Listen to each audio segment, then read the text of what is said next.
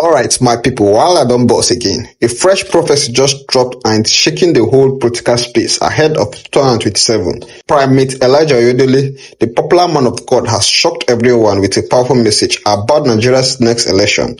According to him, APC candidates go lose, PDP no go win, but guess what? The ADC, yes, will surprise everybody and carry the victory. He said Nigerians are already tired of APC and PDP wahala, and they want a brand new direction. This man even warned that APC old strategies will fail, while PDP no go get strength to take over. For him, 2027 go bring a big political shake-up like never before. And my people, this prophecy is dropping at the same time when PDP they fight over zoning, and APC people don't already start campaigning for Tinubu's second term. This game done hot. Watch this video to the end. I'll be right back to share my thoughts. The PDP is a very democratic party. At least you see things happening. You see caucuses beating. Some other parties don't see that. You know, but this is what the PDP has always been from when it was founded. It's a party that will always debate fiercely internally. And at the end of the day, a decision will be taken. Now, that does not mean that when decisions are taken by organs, they are decisions which cannot be faulted. What has happened today, as you said, is unprecedented. The PDP has never zoned presidency before. In 1999, President Obasanjo, who was then General Obasanjo, contested against Alhaji Rimi from northern Nigeria and some other candidates, Dr. Alex Ekweme, etc. In 2003, as a sitting president in the villa, President Obasanjo had to contest again with Chief Barnabas Gamade from Benue, Alhaji Rimi from Kano, Dr. Ekweme again. The party never shut the door against any zone. There would always be, agitation should come from this section and all that. Then the caucus leaders will use their control over the delegates to influence their preference. But the party have never done what was done today by the neck of PDP. And I say it's really unprecedented. Unprecedented to the extent, and I'm looking at my question as a two-weight. One on the internal workings of the party, and the other one is on the political temperature of the country. What do you think it means for those who are not members of the PDP? Well, it means that if you're a northerner, you find another party. That's what it means. That's what it means. Someone like you. No. It's not just about me. Yeah, because you know why? I assume that you have your eyes on the. Excuse me. Yeah. While past leaders of the PDP, even when they preferred a certain president from a certain section of the country to emerge, they would rather use their votes at the convention to speak for them, but they will never shut the door against any region, because they know the implication of this, which means that you are going to polarize politics. You are going to pitch one region against the other. That's what it means. So they always avoided this because they knew the implication of it on the unity of the country. Okay, so I believe that NEC has made a big error. I'm not saying that they didn't do it. They did it by majority. It was quite democratic. All the organs of the party decided, but they made a big error. Why do you think it's an error? Yeah, because the Constitution of Nigeria does not allow you to discriminate against a party member when it comes to elective position on account of where it comes from. It's a major constitutional issue. So does this mean... Now, even if I'm not contesting, any party member who is interested can go to court and say, I was shut out by this zoning policy, and on account of that, the party candidate can be struck down. But does this zoning preclude anyone from running? It might be an arrangement, but it is not cast in stone. But when that's what I'm saying. Yeah. That It's an error to have done it, and the future neck of the party are in a position to correct this error. And it's not about my interests. Let me tell you, I was in NEC before. I was the chairman of a group of 54 NEC members in 1999 as Deputy National Public Secretary of the PDP. We were elected for 2 years. And then some of our colleagues said, oh, governors go for 4 years, president go for 4 years. We should also have 4 years. And we should have automatic extension. I said, no, you can't do that. We were elected for 2 years. If you want 4 years, you have to go amend the constitution, go for another convention to get your 4-year mandate. You cannot even amend and apply it retroactively. And they say, oh, Binga, you are still thinking like you are in the student union. Oh, you are enjoying power and you are saying you should give it up. So it's not about me. It's what I would do anyway if I feel that something has been done in error. And I pointed out the error that time. And we went to the convention, we defeated those who wanted retroactive, though it was passed at the neck. Some of us were suspended. We went to national convention and defeated them. That's the PDP tradition. Well, and that was cancelled. Yeah, so NEC can be in error. And it can be corrected as long later by future NEC or higher organs. As long as an assemblage of humans, that there can be errors. So you imagine that this is an error? I believe so. But it could be corrected. Yeah. And I'm not saying by any means that those who took those decisions are not competent to do so. They are competent to do so. They are the elected people to be in NEC, but they made an error. But so before they came to this decision, look at the processes. There are different caucuses that have met. The governors caucus, the board of trustees, all of them, the National Assembly. Before, in fact, there were caucus meetings. No, I said that as you are enumerating now. Yeah, I said it went through all the process. Yeah, I didn't say. So I'm imagining how they could have made this kind of error you are describing. Well, it's possible. It's not a perfect organization. Any organization run by human beings can make error. But could it be that the party? That's my own. Could it be that the party perspective? And I may be wrong. That's my opinion. Could it be that the party have learned from what happened in 2023? You remember what happened? A group of governors who call themselves the G5 came together and said the party was unfair. No, said that the zoning arrangement, the party should be fair. After 8 years of Buhari, the party should consider a southern the candidate. history of the PDP did not start in 2023. Okay, the first disaster was in 2014 when Jonathan said he will be the only sole candidate. Nobody should come from other zone. And then the other people from the other zone walked out of the party and the PDP lost power. Even as a citizen. If you were in Jonathan's shoes, wouldn't you have done the same? Before Jonathan, we had President Obasanjo, who was a sitting president, and went to the Eagle Square to contest against 2023. President Obasanjo in 2003 to contest alongside with Chief Gamari, and then contest again. You had Dr. Alex Ekweme came again. You have Alhaji Rimi again, who was there in 1999. He didn't feel. As a matter of fact, when we were going to the National Convention in 2003, it was still a rumor that Atiku was going to contest against President Obasanjo. Up till the morning of the convention, some governors were supporting Atiku from all over the country. This was the convention in Jos, isn't it? No, this is in Abuja. It was in Abuja, Eagle Square. You're right, very much. It was in Abuja. This was the convention where Chief Tommy Kimi was Obasanjo.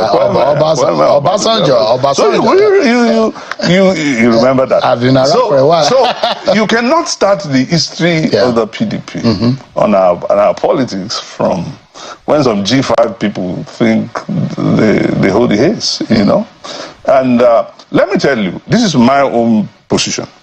The zone, the presidency to the south, is a default campaign for return of President Asiwaju. Because those who are mounting this campaign of zoning to the south are the same people who are saying we are in PDP, but we will work for President Asiwaju. Look at all of them, almost all of them.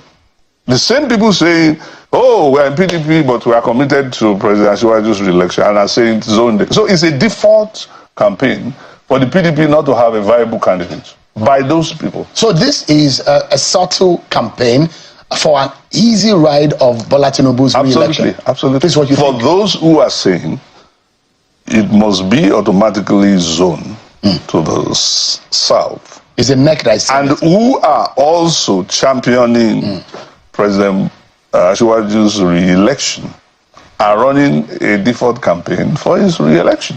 Give me a moment. Let me go on a break. And when we come back, more on this. What this means for the People's Democratic Party.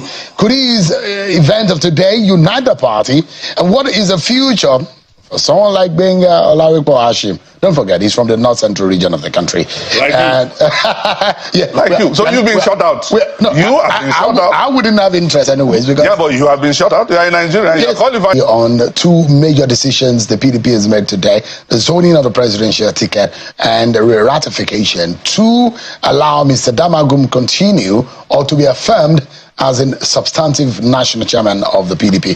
Mr. Olawale Hashim has been speaking with us on the program. So there's a statement from the office of the Minister of the FCT who is saying he's now justified and he's been vindicated that the party has made a huge error, which the G5 had come out to say this was wrong and the party made a mistake and the party seems to be correcting it. What do you think of Minister Wike's position on being vindicated? Well, you see, Minister Wike has made it clear to everybody that he's campaigning for President Tinubu. So, and I have told you, I mean, he didn't hide it. He said he's working for President Tinubu's re-election. He said it many times. And some of his supporters have also said the same thing, even while in PDP. And I said to you, the You Must Zone to the South campaign in PDP is a default endorsement. It's a default campaign for President Tinubu's re-election. Now, I'm not going to spend energy on Minister Wike's statement. I'll just want to look at what has happened to us in Nigeria's history. Because we have traveled this road before. This is not for the first time. Abacha created 5 parties, and all the 5 parties adopted Abacha. So, but did Abacha become president? He died before. He died in office. Okay. Now, but even under that circumstance, you had a patriot, Alhaji MD Yusuf. He was in GDM. And he said, I'm a member of GDM. I'm waiting for Abacha to come to GDM National Convention. I'm going to contest against him. And a number of times we will meet at his office in Banex Plaza. I was National Public Secretary of the National Democratic Labour Party at that time. That one who is president of Zenith Labour Party now, he was National Secretary. And we're all in this together before we merged with SPP of Alhaji Abubakar Rimi and co. So we have seen this kind of thing before. But what I thought was that we're past this kind of stage.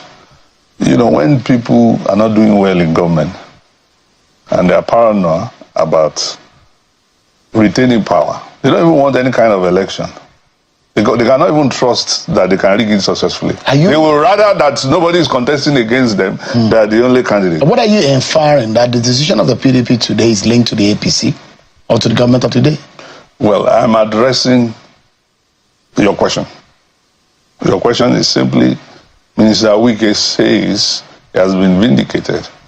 And all he's been saying is that he's going to re-elect President Tinubu, so you can connect the dots together.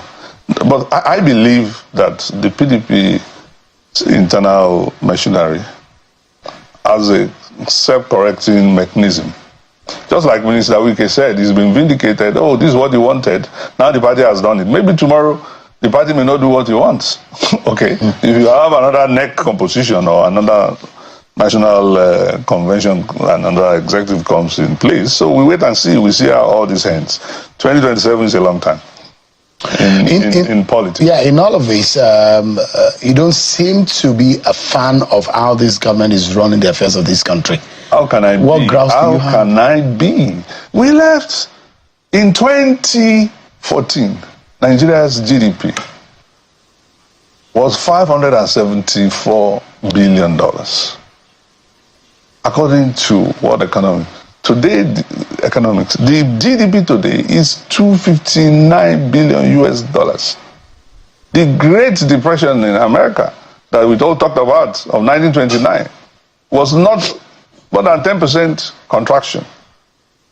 When an economy contracts marginally for about 3 quarters or so in succession, you say the economy has gone into recession. When it loses 10% of its value, you say you are witnessing depression. But what do you say about this 50%? There is no precedent for that type of economic collapse that we have seen in 10 years. So the 10 years of APC in government has been a disaster, complete disaster. But you cannot even call it a recession. You cannot call it a depression.